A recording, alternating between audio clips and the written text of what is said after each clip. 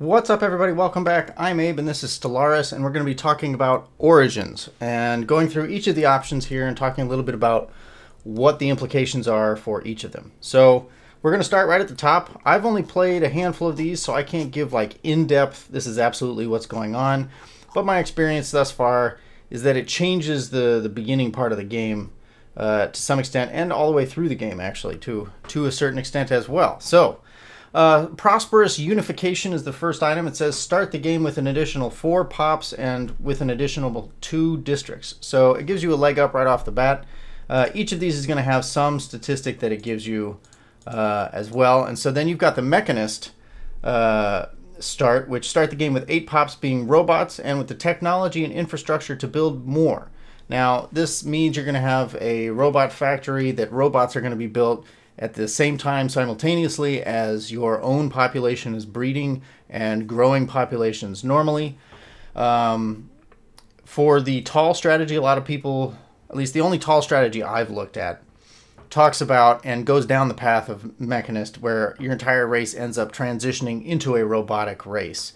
And so this would be a great start for people who are looking to do that. It like gives you a leg up because you already have robots and that aspect of things already researched and out of the way. And as you can see here, it says you have to be some degree of materialist, which it's interesting that they tie research gains to robotics, and that a lot of the research that you do down the line of robotics is, I don't know, it just seems weird that they're hand in hand to me. That's just me. Syncretic evolution. A second species forms an integral part of this civilization. They're big, strong, and most of them have intelligence of a particularly dim-witted child. So you start the game with 12 pops being of another subservient species. You can't have a Gestalt consciousness or fanatic purifiers, and that's fine, I would guess. And now, all of these, since they have their little items here, their effects, there's a story aspect behind all of those, and it plays out in a certain way that, without having done it for each of these myself, which is a huge time commitment that I haven't done yet, I can't say exactly what that looks like. But if you look at some of these, like remnants, we're going to go down to here. You start with a relic world as your home world. That the districts that are available to you are not like the normal districts that you would see on a normal planet, and so that's going to change how you start the game. And I'll talk a little bit more about that when I get down to this Shattered Ring version, which is what I'm playing with right now. There's post-apocalyptic. The capital starts as a tomb world, and you gain the survivor trait, granting tomb world habitability of 70%, and your leader's lifespan is an additional 10 years. So that's interesting, and it opens up more planets to you very early in the game. Although I haven't honestly come across a lot of tomb worlds super early in games, and they're few and far between anyway. So I don't know if that effect by itself, but the baptized by fire, the civilization has faced total annihilation and survived. Maybe the story and the way it plays out and the way it affects you will come into play here and be interesting. So life seeded, it's evolved in a paradise possibly designed just for them. Their homeworld is a Gaia world, size 25, with several rare planetary features. Habitability preference is set to Gaia world preference, making other types of planets undesirable. So you can't have a machine intelligence, but that basically means all you can do is populate Gaia worlds. And if you are incapable of terraforming them into Gaia worlds, you're going to be very limited on where and how you can expand. So that will change things. And also, I would guess this little comment, possibly designed just for them, might mean that there is a more powerful species that will show up and decide to either lay claim to you or want you to worship it in some way, and that would be interesting. You've got the Shattered Ring, where the civilization inhabits a ring world built by an unknown forerunner. It can be understood, if it can be understood and fully repaired, it will grant them great power. So this basically starts the game with you in 1/4 segment of a ring world, which is a mega structure. And so it saves you the 10,000 or 15,000 alloys you would need to just start the thing, and then another 10,000. And so that's like 20 years of building and 25,000 alloys that you would need to get to the point where you're starting with in the game right away. Now, it says here the ring world will start with an arcane generator that is able to maintain some of your segments. But it's worth noting that you don't have any way of generating power outside, like using districts on that ring world. All you can do is build one of 4 districts, and you can't build 2 of them because you don't have the luxury resources available to you early in the game. So until you get, gas or motes or crystals or whatever, you're not going to be turning out a huge, massively productive research facility there, where it gives you 80 of each research type. So something to keep in mind. You still can go and populate other planets, but your home world is going to be stuck as this until mid-game when you unlock these megastructures, and maybe even late game when you're unlocking those, and it's something to think about. You've got Void Dwellers, where now this is going to be a little bit more interesting in this latest patch because they actually added much more depth into the orbital habitats. So it says the civilization made its home in space for as long as it has maintained records. Life in a typical planetary environment is anathema to them, and they live on 3 orbital habitats that were only recently united. Okay, so you start with 3 orbital habitats and the technology to build more, which is pretty cool. Again, that's a research leg up in the game. Members of your species thrive on habitats and produce 15% more there. Severe habitability and growth penalties on all normal planets. Something to keep in mind.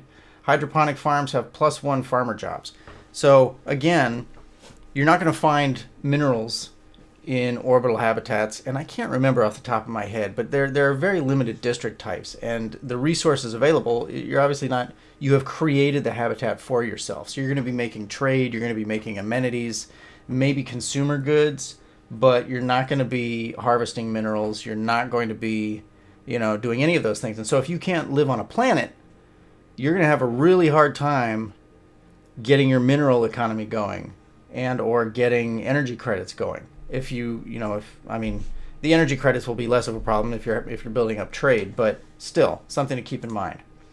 Scion, a fallen empire, has meddled in the development of this civilization for thousands of years, guiding them onto a path of their choosing. Start as a vassal of a fallen empire. Okay, lots of interesting story ideas there. Galactic Doorstep. Start with a dormant gateway in your home system. I've played with this in the last patch, and things were constantly popping out of that damn gateway and harassing me. So I had to build my military at a pretty steady pace in order to keep up with what was coming out of there. I never got to the mid game, or I never got to the late game, I think, to really see and open that up. But it definitely changed the beginning of the game, and it changed where my focus was. So let's see. Tree of Life. This is one of the games that I'm playing right now as well. Our hive gains many bonuses from living on a planet with a Tree of Life present, or penalties if it is absent. Colony ships are more expensive, but will provide new planets with their own sapling. So I have a hive mind because I liked the idea of that. And as I said in Thursday's video, all of the colony ships each require 1,000 food. So you really have to focus your resources on food generation so that you can support your expansion. Beyond that, it's pretty cool. Let's see. On the Shoulder of Giants, start with an archaeological site related to a mysterious benefactor in your home system. And you can probably understand how that would unfold in a story way, that if your home system has that and it ends up being something like the Rubricator and a huge enemy spawns, that would be influential to your game. Let's just put it that way. Hegemon. Start as the leader of a hegemony federation with 2 additional members. Members will occupy any guaranteed habitable worlds slots near your home system. Start with the Federation tradition unlocked. That's nice. Little leg up there. Looks like a lot of people can choose it. And starting in a Federation and starting with, looks like, 2 additional members. Also changes the story and the landscape of when you start. Common Ground.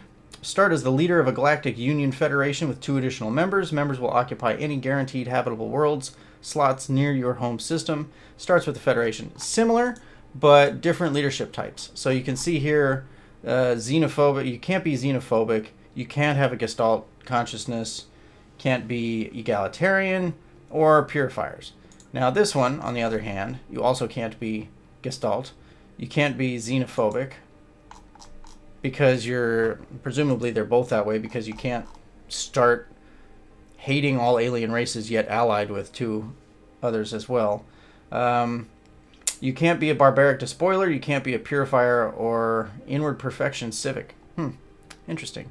So similar but different. So they established early contact with their immediate alien neighbors. Finding strength in their differences, they soon decided to face the future and whatever it might bring together. And this one is the civilization established early contact with their immediate alien neighbors. Gradually, over the span of a century, they masterminded the birth of an interstellar union in which they would have a dominant role. Different politics. Resource consolidation. Start with a machine world as your home world. Very different. Impacts your kind of what you would need to explore and expand into with districts. And again, you're not going to be able to farm anything, I don't think. It's been a while since I've had a machine world. Doomsday, and this one's got a warning that it's a challenging origin. Your homeworld will explode within 35 to 45 years after the game starts. Valuable resources from the doomed planet's mantle boost production on the surface, and no guaranteed habitable planets will spawn near your home system. Okay, so yes, that sounds challenging. The Lost Colony. This civilization originated as a lost and forgotten colony separated from its homeworld long ago. The struggling colonists endured many hardships before they were able to build up the necessary technological and industrial base that would allow for a return to space. An advanced empire of this species is spawned somewhere in the galaxy. Odds are good that they would want to, again, lay claim to you and or your species and have you re-assimilate with them. So the longer you can put off bumping into them out in space, the better off you will be. So those are the origins, and that's one of the more recent additions. It's not in this specific patch, but like within the last 2 or 3, I believe. And it adds an interesting layer of complexity and total replayability, I think. So you can play the exact same race, change the origin, and have a totally different experience. So, thank you for watching. We'll get into a little bit more of the gameplay. The next video, I think we'll talk about government and ethics. And then, and then from there we'll jump into gameplay itself, and we'll have a good time. So, thank you very much for watching, and I will catch you in the next video.